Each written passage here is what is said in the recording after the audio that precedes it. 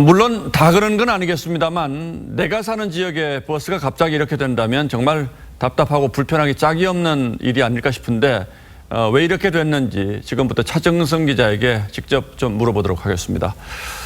자, 차 기자, 이게 주당 근무 시간을 52시간으로 줄이기로 하면서 시작된 일인데 실제로 버스 기사들의 하루 근무 시간은 얼마나 됩니까? 서울과 광주 등 준공영제를 시행하는 곳은 1일 2교대를 하고 있습니다. 하지만 그 밖의 지역에서는 하루 11시간 이상 근무하시는 분들이 80%가 넘습니다. 한국교통연구원 조사를 보면 하루에 19시간 넘게 일하는 버스기사가 전국에 1,100명이 넘는 것으로 나타났습니다. 이들은 지금처럼 사흘만 근무해도 주 52시간이 넘어갑니다. 그렇군요. 노선버스업은 근로기준법상 특례업종이었기 때문에 이 같은 근무가 가능했는데 이번에 법이 개정되면서 다음 달부터는 주 68시간을, 내년 7월부터는 주 52시간 근무가 의무화됩니다.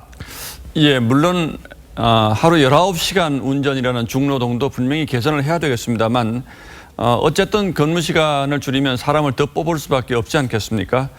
그렇지 않으면 지금처럼 운행을 단축해야 하는 거군요. 네, 그래서 버스 업체들이 운행을 줄이고 있는 겁니다. 하지만 정부의 구상은 다릅니다. 근로시간을 줄이더라도 버스 운행은 지금과 같은 수준으로 유지하겠다는 방침입니다. 그래서 떠올린 게 바로 탄력근무제입니다. 이번 주에 68시간 근무를 한다면 다음 주에는 좀 덜하는 그런 방식입니다. 자, 그런데 그 자체로는 잘 이해가 되지 않는데요.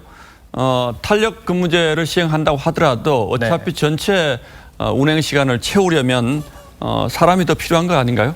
그렇습니다. 그래서 탄력근무제가 연착륙하려면 당장 다음 달부터 신규 기사가 8,300명이 더 필요하다, 이런 결과가 있습니다. 근데 문제는 이런 사람들이 없다는 겁니다. 기존의 기사들도 서울 등 준공영제 시행 지역으로 이직하고 있어서 그 밖의 지역에서는 신규 기사 충원이 사실상 어렵습니다.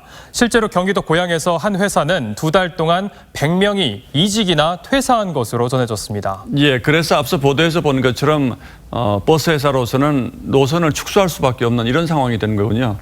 네. 농어촌 같은 교통 취약지에서 이번 근로시간 단축이 미치는 여파는 더 클 수밖에 없습니다.